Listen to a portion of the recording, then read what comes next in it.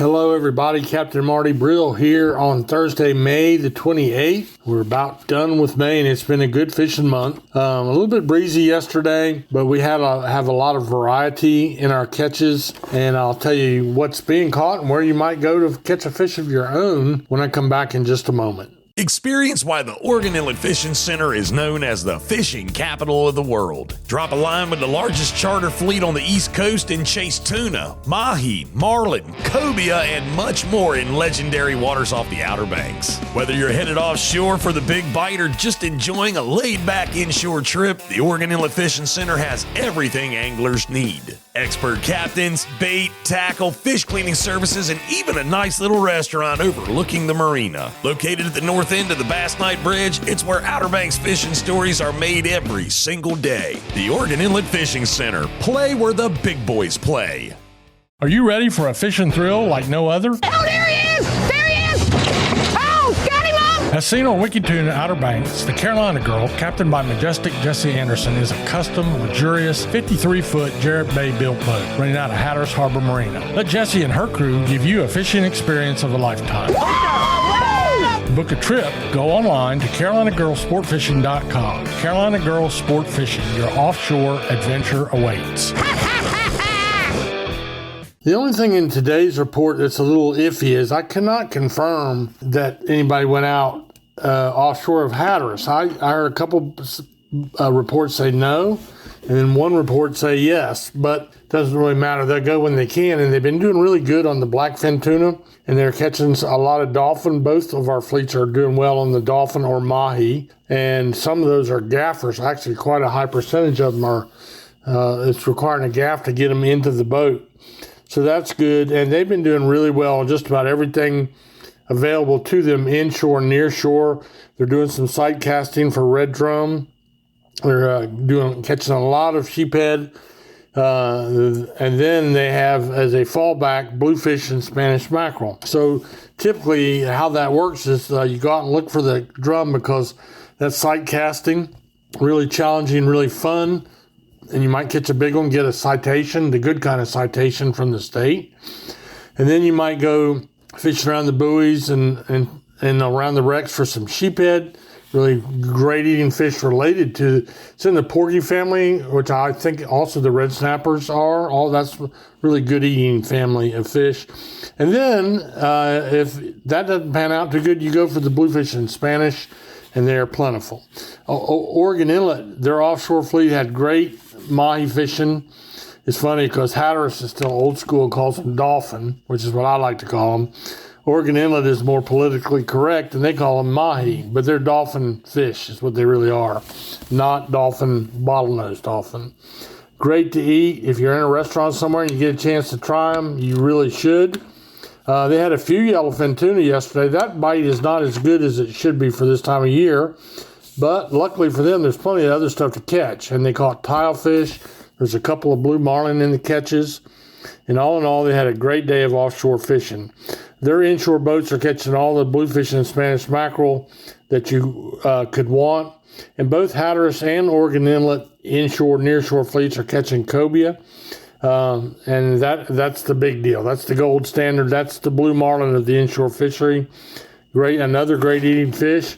Another fish that you sight cast to. Something about throwing your lure at a specific fish is really one of the coolest things you can do in the world of fishing. They're catching, I mentioned the Spanish mackerel. They're catching bonita mackerel, bluefish, and sheephead as well. Then our surf fishing, I got a lot of varieties. It was really hard to figure out numbers, whether they're catching a particular bite. But what I'm getting out of it is mostly just a pick, but it's a great variety. And there are some bright moments in the catches, like on the sea mullet fishery up and down our beaches. There are a few flounder and a few pompano. These are the fish that are caught on the bottom rigs up close to the wash, maybe on sand fleas has been a good choice. But then on the metal lures, you have bluefish and Spanish mackerel. And some of the bluefish are still 7 to 11 pounds. That's a fun fish to catch out of the surf. And don't turn your nose. I can hear you turning up your nose about a bluefish. Don't be too proud, Because I'm going to tell you one thing, if I had a fresh caught bluefish, I don't care what size it is, I guarantee you that I could cook it in a way that would be delicious to you. Our bluefish down here, we don't have much industry, so the water's really clean, fish are really good, and they're a crowd pleaser. I mean, they jump out of the water sometimes. That's really neat. We're seeing the piers are also, they're really catching a few more blues in Spanish because they can get outside of the break for those Spanish mackerel. I'm seeing water temperatures all over the place, mostly averaging low 70s on Hatteras Island and upper 60s north of Oregon Inlet. But, there's a lot of stuff going on. Rodanthe Pier had sea mullet and croakers. Jeanette's Pier had bluefish in Spanish. Again, I don't know about numbers because they don't ever report that. But you know how you figure out how the numbers are? You go get on the pier, cast a line yourself. Piers do require no fishing license, and they'll rent you tackle even if you weren't planning on going fishing. So we'll take a little break right here, and we'll come back and talk to you about the backcountry fishing, which is on the increase. Electricity, something I don't mix well with at all, and that's why I only trust the folks at ELS OBX. ELS OBX offers a variety of services from custom electrical installations to lighting design. ELS OBX has the experience and know-how to complete any job. They're committed to providing the highest quality lighting and electrical installations or service at affordable prices. Visit them online at elsobx.com to get a brighter idea of how shockingly awesome they are. See what I did there? ELS OBX, electrical and lighting solutions you can count on. So in the backcountry, we've been talking, but the big drum have been out there in various areas around the estuaries on the western side of the sound for a while. But now we're seeing back at Hatteras and like, for instance, back at Rodanthe, some of our guided boats there are getting away from fishing down at the inlets and getting back out in the sound, which they normally do for this time of year.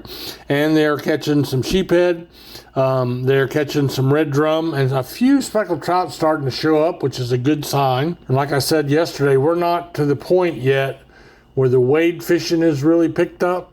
That's my favorite type of fishing, is to put on a pair of old tennis shoes when the water gets warm as it is now. You don't need waders, and go out there with a light spinning rig and just cast and retrieve fishing, maybe with a popping cork, maybe not, maybe with a mirror lure or just a plain old grub, and catch a speckled trout. It takes me back to my days as a kid doing that in Florida. I love that kind of fishing. There are some great spots. You got Hatteras Island's basically 60 miles long, and all along that back side of it you can fish and do that. Make sure you're in an area where you're allowed to be. Just know a few of the rules. Make sure you have your fishing license if you're 16 or older. Now, another good place all around Roanoke Island has been good, although I don't have specifics of that right now because it's a little early for that fishery. On the southern tip down around Wanchese can be good if you can find a little piece of shoreline. And of course, the Manio Nags Head Causeway offers a plethora of stuff. There's been a little bit going on Little Bridge. A few speckled trout showed up there.